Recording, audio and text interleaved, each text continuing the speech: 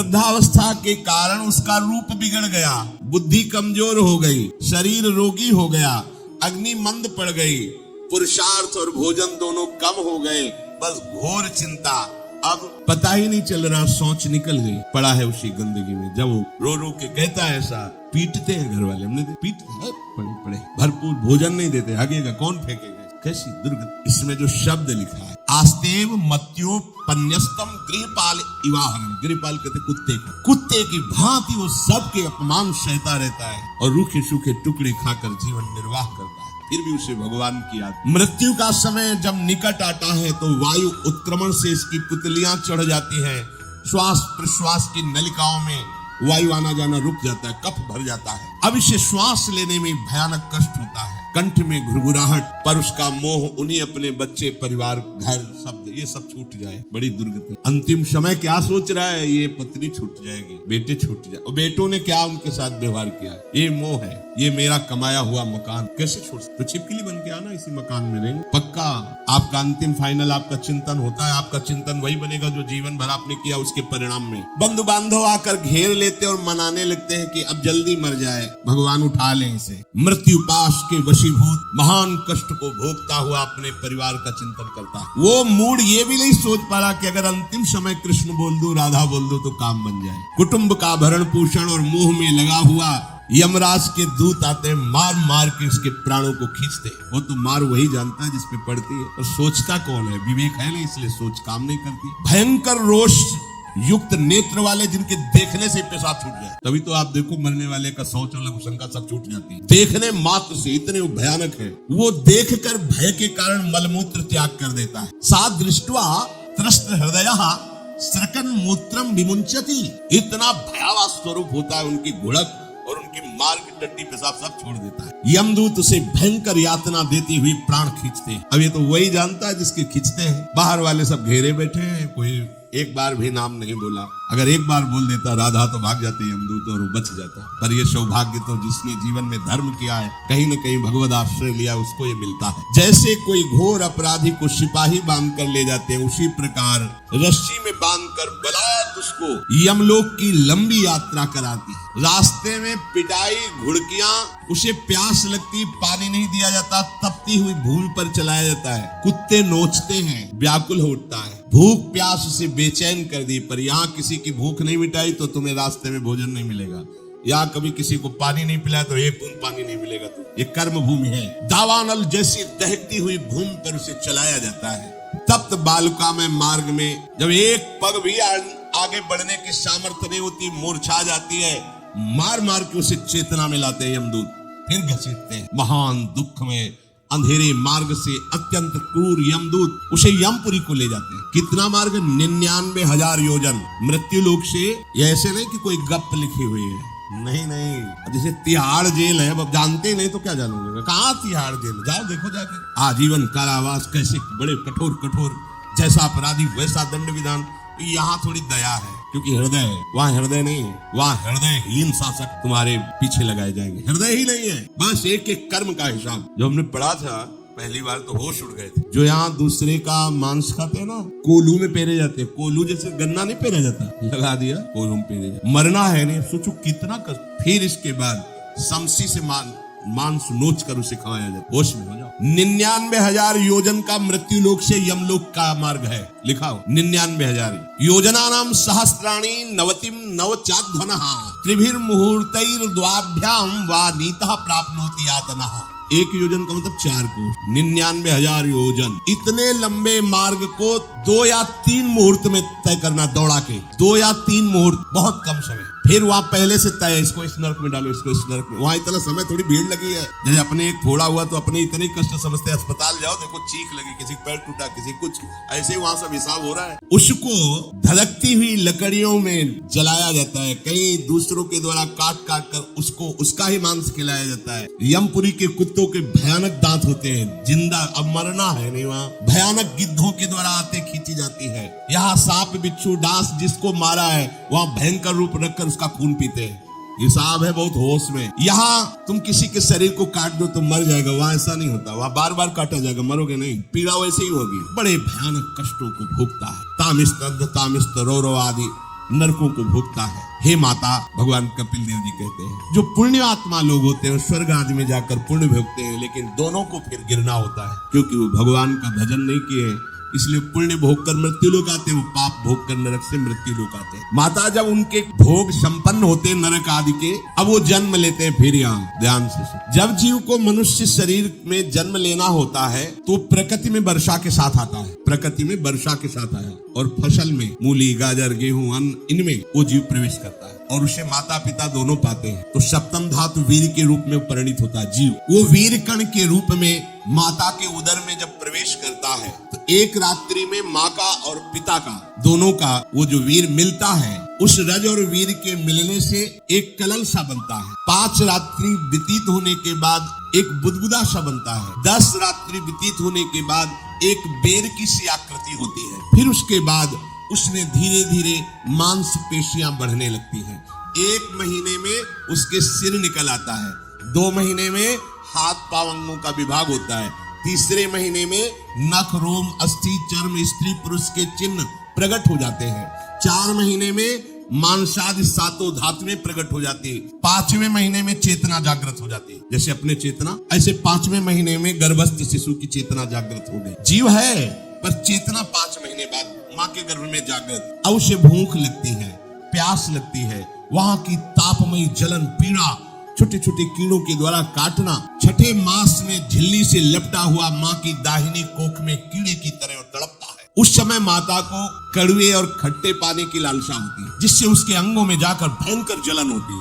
यह है भोग। वो कृमि कीड़े की तरह तड़पता है। मलमूत्र के गड्ढे में बीच में झिल्ली में बंधा हुआ वो जीवात्मा सुकुमार तो होता है, वहां के कीड़े उसे नोचते छोटे छोटे, वो तड़पता। माता प्रसन्न होती कि जब बच्चा हिलता है, बोले है उसकी दुर्गति हो रही, वहां भयंकर कष्ट पा रहा है। ऐसा क्लेश होता है कि क्षण क्षण में बेहोश होता रहता है। माता के खाए हुए कड़वे, तीखे, गरम, नमकीन, रूखे, खट्टे, यही पदार्थ पाने की इच्छा होती है माता, क्योंकि उसको भोग भोगना है। उसके कोमल शरीर में भयानक पीड़ा होती है जब माता ऐसे पदार्थ खाती है। गर्भाशय की झिल्ली में लिपटा हुआ, आंतों और मलमूत्र से घिरा हुआ, सिर, पेट की और पीठ और गर्दन ये कुंडलाकार ऐसे कंकड़ जैसा, ऐसी आकृति गर्भस्थ शिशु की होती है। पिंजड़े में बंद पक्षी के समान पराधीन, ना तो वो हिल डुल सकता है ना बोल सकता है, बड़ा असमर्थ दुख को भोग रहा है, चेतना पूरी है। इसी समय भगवान द्रवित होकर उसे ज्ञान देते हैं, गर्भस्थ शिशु को, सबको। जी उसे ज्ञान होता है तो सैकड़ों जन्म के कुकर्म उसे याद आते हैं, सैकड़ों जन्म के। ओहो, ये मेरे कर्म का ही फल है, मैंने ऐसे कर्म किए इसलिए दुख भोग रहा हूं। बेचैन हो जाता है, कैसे निपट पाऊंगा, सैकड़ों जन्म के कर्म जमा है। अब महान अशांति उसके हृदय में, उस शरीर में भयंकर पीड़ा। कुंडलाकार शरीर है, हिल भी नहीं सकता, बस कीड़े काटते, बड़ी तड़पन, बड़ी जलन, भूख प्यास की जलन। अब एक और भयानक जलन हुई, उसे स्मरण हो जाता है कई जन्मों के, सैकड़ों जन्मों के पाप कर्मों का। 7वां महीना आरंभ हुआ कि ज्ञान का उन्मेष हो गया। अब प्रसूति वायु उसे चला रही है, तड़पता है वो। सप्त धातु में स्थूल शरीर से बंधा हुआ वो जीव भयभीत होकर के पुकारता है, अगर कोई भगवान है तो एक बार मुझे यहाँ से निकाल दे। वो विनय करता है, कोई अगर भगवान है जिसने मुझे इस बंधन में डाला है, एक बार निकाल दे यहाँ से, जाके केवल भजन करूंगा। जीव कहता, जंतुरुवाच तस्योपशन्नमवितुम जगदिच्छयात् नाना तनोर्भुवि चलच्चरणारविंदम सोहम ब्रजामि शरणम रकुतो भयम में येने दृशी गतिरदर्श सतोनुरूपा। हे प्रभु, मैं बड़ा अधम हूँ। ये ज्ञान भगवान की तरफ से गर्भस्थ शिशु को होता है। देखो, स्वयं वो इतना कष्ट पा रहा, फिर जब आप गर्भ हत्या करते हैं तो आपका पाप कितना बड़ा होगा, सोचो। सब माताओं से विनय है, संयम से रहो, सावधान रहो। ये हत्या ऐसी नहीं तुम्हारे दान पुण्य से क्षमा हो जाएगी। ये जो भ्रूण हत्या है, गर्भ हत्या है, बहुत बड़ा पाप है। आप लोग अज्ञान के कारण इसको ध्यान नहीं देते, इसे खिलवाड़ समझते हो। कितना ज्ञान है। बेटी ही माँ है, बेटी ही बहन है, बेटी ही पत्नी बनती है, बेटी ही किसी के जीवन को धारण करने वाली बनती है। और आपने गर्भ में देख लिया बेटी है, तुम स्वयं माँ होकर उसका साथ दे रहे हो, उसका नष्ट करने के लिए। तुम्हारी तो बात ही समझ में नहीं आती, क्या बुद्धि भ्रष्ट हो गई। अगर पुरुष का इतना महत्व है तो बेटियां ना हो तो तुम्हारी कौन सी गति होगी, सोचो जरा। जीना मुश्किल हो जाएगा तुम्हारा। तुम पुरुष किस काम के रह जाओगे। तुम्हारा अर्धांग काट दिया जाए तो तुम कैसे होगे। स्त्री स्वरूप अर्धांग है। जिस घर में माँ बहन नहीं है, स्त्री स्वरूप नहीं, स्मशान जैसा वो होता है। ध्यान दीजिए, ये बहुत बड़ी गलती है जो अपनी बेटियों की हत्या करते हैं। ये वो पाप है जो अक्षम्य अपराध है। स्त्री हत्या करना शास्त्रों में बहुत बड़ा पाप कहा गया है। फिर वो तो बच्चा है, बिल्कुल नहीं। जिनसे हो गया है, श्रीमद् भागवत का सप्ताह मूल संस्कृत से सुनो और भगवान से प्रायश्चित प्रार्थना करो कि हे नाथ, भूल से गलती हो गई, दूसरा कोई उपाय नहीं। ध्यान से समझ लीजिए, तुम्हारे भ्रूण हत्या गर्भ हत्या के पाप को नष्ट करने में एकमात्र श्रीमद् भागवत समर्थ है, दूसरा कोई नहीं। कोई दान पुण्य तीर्थ स्नान तुम्हें क्षमा नहीं कर पाएगा। यह ऐसा महापाप है। अगर हृदय में जलन करके और मूल संस्कृत के द्वारा पूरी 7 दिन में भागवत श्रवण की जाए नियम से, तो भागवत समर्थ है इस हत्या के पाप से भी आपको मुक्त कर देंगे। जिनके ऐसे हत्या हो गई हो, करवा लो, नहीं तो बुद्धि आगे भ्रष्ट करके तुम्हें हरि गुरु से विमुख कर देगा। ये पाप ऐसा नहीं कि तुम्हें 2-4 माला घुमाने से क्षमा हो जाएगा। ये महत अपराध है। सबकी समझ में नहीं आता, समझ जाओ, नहीं तो आप जहां भी हो वहीं से भ्रष्ट कर देगा। ये अपराध नष्ट नहीं होगा, श्रीमद् भागवत की कृपा से नष्ट हो जाएगा। ये हमें बहुत विश्वास है। श्रीमद् भागवत सप्ताह की ये है ही महामहिम। प्रेत योनि को प्राप्त धुंधकारी को सीधे भगवत पार्षद स्वरूप देकर परम पद में आरूढ़ कर दिया। केवल 7 दिन की मूल संस्कृत एक भी श्लोक नहीं छूटना चाहिए। अगर सप्ताहिकी का पारायण हो तो इस भ्रूण हत्या गर्भ हत्या से भी निवृत्ति मिल जाए। अब वो जीव भगवान को पुकारता है, मैं बड़ा नीच अधम हूँ भगवान, आपने जो मुझे गति दिखाई है तो मेरे कर्म के अनुसार ही है, आपका इसमें कोई दोष। हम लोग जब कष्ट भोगते तो भगवान से कहते हैं हमने तुम्हारा क्या बिगाड़ा। भगवान ने नहीं बिगाड़ा, तो खुद देख क्या बिगाड़ लिया अपना। करो पाप आचरण। अब देखो, हमने तो जीवन में कोई पाप नहीं किया, कितने गर्भ हत्या की है, कितनी खिलवाड़ समझे हो। ये बिल्कुल भयावह चीज आप लोगों को नहीं, हम बार बार इसीलिए कह रहे कि भयावह वस्तु है, तुम्हें बहुत ऊंचाई से घसीट के भ्रष्ट कर देगी। बहुत होश में हो, भूल के कभी ऐसा न करना जहां तक हमारी आवाज पहुंचे, जहां तक सुनाई दे। गर्भ हत्या मत करना, संयम से रहो। इस तरह का व्यवहार मत करो कि तुम्हारा मनुष्य जन्म ही व्यर्थ चला जाए। इसमें तीनों को बराबर दंड मिलेगा, गर्भ हत्या कराने वाला, गर्भ हत्या की प्रेरणा देने वाला और गर्भ हत्या में सहयोग देने वाला। जो औषधि डॉक्टर या जो भी, तीनों को दुर्गति होगी। माता पिता प्रेरक और कर्ता। ऐसा नहीं कि आप डॉक्टर हो तो आपको गर्भ हत्या करने का अधिकार नहीं। आप डॉक्टर हो दूसरे के शरीर को स्वस्थ करके निरोग करने के लिए, हत्या करने के लिए नहीं। कोई भी हमारा संविधान ऐसा आदेश नहीं करता कि आप गर्भ हत्या कर दो। ना भागवतिक और ना भारतीय संविधान ऐसा संविधान आदेश नहीं करता। अब वो जीव कह रहा है कि प्रभु मेरे योग्य ही है, आपने जो मुझे दंड दिया है। मैंने सुना है कि आपकी शरण में जो आता है आप उसकी रक्षा कर लेते हैं। आपकी जो शरण में हो जाता है वो इस भूमि पर, भारत भूमि पर, विश्व पर निर्भय विचरण करता है। कोई उसे भय नहीं प्रदान कर सकता। प्रभु, मैं इस माता के उदर में माया का रहस्य न जानने के कारण ऐसे कर्म किए कि मैं आ गया हूँ। बहुत दुख पा रहा हूँ। हे निर्विकार अखंड बोध स्वरूप परमात्मा, मैं बार बार नमस्कार करता हूँ। प्रभु मेरे ऊपर कृपा कर दो, एक बार इस गर्भ से निकाल दो। मैं यहाँ से बाहर जाकर आपका निरंतर भजन करूँ। ये वादा करके आए हम प्रभु से। साहब, प्रभु ने करुणा करके हमें चांस दिया है मनुष्य शरीर। प्रभु, मैं बहुत जन्मों से इस समय स्मृति आ रही देख रहा हूँ, कर्मों में भटकता रहा आपसे विमुख होकर के। ये जो मुझे अभी ज्ञान हो रहा है केवल आपकी कृपा से तत्कालिक है। तत्कालिक, एक तत्कालिक वैराग्य होता है। जैसे कथा सुनी मन में आया कि अब तो भजन ही करना है। ये तत्कालिक है, स्थायी नहीं है। इसे स्थायी बनाओ। प्रभु आप अंतर्यामी हो, आप सब कुछ जान रहे हो। तीनों तापों की शांति के लिए भक्तजन आपका भजन करते हैं। मैं देहधारी होकर जीव माता के उदर में मलमूत्र से रुधिर की झिल्ली में फंसा हुआ माता की जठराग्नि के ताप से जल रहा हूँ। प्रभु एक एक क्षण में यहाँ विकल होकर केवल इंतजार कर रहा हूँ कि किस समय मुझे यहाँ से निकाला जाएगा। दीन बंधु, यहाँ से कब मैं निकलूंगा। स्वामिन, आप बड़े दयालु हो। आप जैसे उदार प्रभु ने मुझ गर्भस्थ शिशु को ये ज्ञान दिया।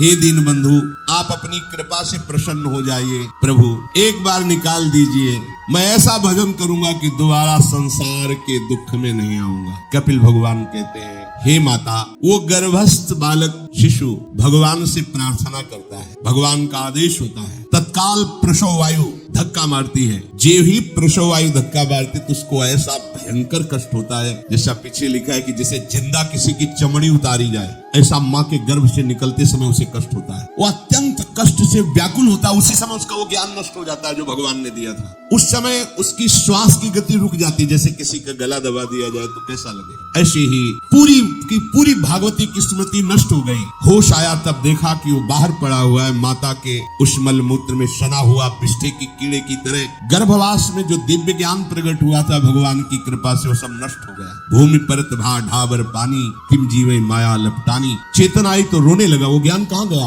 वो ज्ञानदाता कहाँ गया। वो कहता कहाँ। बोले थाली बजाओ, बच्चा हुआ है। और वो तो रो रहा है कि कहाँ, वो ज्ञान कहाँ गया जिसके बल से मैं ये कह रहा था कि बाहर निकाल दो, मैं आपका भजन करूंगा। सब खत्म ज्ञान। जो लोग उसका अभिप्राय नहीं समझते हैं, वो उत्सव मनाते हैं। बालक हुआ है, वो रो रहा है, वो कहाँ गया ज्ञान, कहाँ। छोटा बालक यही लोग कहता कहाँ। अभी जो ज्ञान उत्पन्न हुआ था, जो अभी भगवान का बोध हुआ था, वो कहाँ गया। घर परिवार के लोग उसका पालन पोषण करते रहते हैं, उसमें कोई निषेध करने की शक्ति नहीं हो रही। मच्छर काट रहा है, दुख हो रहा, हटा नहीं सकता बालक। उस जीव को शिशु अवस्था में जब कपड़ों पे लिपेट कर ऐसे लिटाया जाता है तो इतना कोमल त्वचा होती कि कपड़े भी उसको, जैसे खुजलाहट है, पीड़ा है या जलन है, बिल्कुल कोमल त्वचा हो, कुछ नहीं कर सकता, पर रो सकता है। ना खुजलाने की, ना करवट बदलने की, ना उठने की कोई सामर्थ्य नहीं। बड़ा कष्ट पाता है बाल्यावस्था में, क्योंकि त्वचा बड़ी कोमल होती है। दास मच्छर आदि जीव उसको काटते हैं। गर्भावस्था का कोई ज्ञान नहीं रहा, सिर्फ रोना ही रोना रह रहा। इस प्रकार उसकी बाल्यावस्था कटी, कौमार अवस्था आई, पौगंड अवस्था, इनमें वो खिलवाड़ में फंस गया। जैसे जैसे बड़ा होता जाता, चेतना, गुनगुना, ये कार, ये प्लास्टिक के ऐसे उनमें मगन। देखो ना छोटे बच्चों को, अज्ञानवश इसकी ये अवस्था कट गई। बड़े भाग्यशाली ऐसे भी बच्चे हैं जो तुतला के बोलते, उनकी मैया कहती राधा बोलो, राधा। देखो ये सौभाग्य। प्रणाम है उन माताओं को जो अपने बच्चों को भगवान नाम बुलाते हैं कि आप बोलो श्री हरिवंश बोलो, राधे राधे बोलो। धीरे धीरे उसकी युवा अवस्था पहुंची। इस समय उसके अंदर एक भूत सवार होता है, जवानी का भूत है, ये सबके सवार होता है। अगर मंत्र चल रहा है तो भूत नहीं चढ़ेगा, नाम चल रहा है तो भूत नहीं चढ़ेगा, नहीं तो भूत चढ़ जाता है। ये कुछ भी करवा सकता है भूत ही तो है ना। वैसे ही पंचभूत लिपट गए, ऊपर से जवानी का और भूत सवार हुआ तो जौवन ज्वर के ही नहीं बलकावा। जवानी में कोई भी ऐसा अपराध नहीं जो हो ना जाए। बड़ा भयानक इसमें स्वरूप होता है। इसमें केवल भोग, एक ही दृष्टि रहती है, भोगना। अज्ञानवश जब भोगों की प्राप्ति में बाधा पड़ती तो भयंकर वो क्रोध करता है, शोकाकुल होकर हिंसा कर बैठता है। जैसी घटनाएं सुनने को मिलती है, राक्षसी घटनाएं, ये भूत है जवानी का। जहां कामना में बाधा पहुंची, क्रोध में वो समझ नहीं पाता कि मेरे जैसा ही प्रिय शरीर उसका है जो मैं वर्ताव कर रहा। जैसे जैसे देह बढ़ता जाता है, पुष्ट होता जाता है, वैसे वैसे भोग वासना और अभिमान बढ़ता जाता है। वो काम परवश होकर अपना नाश करना शुरू कर देता है। यौवन वो फिर खोटी बुद्धि वाला वैसे ही पाप करने लगता है जिन पापों के कारण उसकी दुर्गति हुई थी, नरक आदि की, और मां के गर्भ में आया।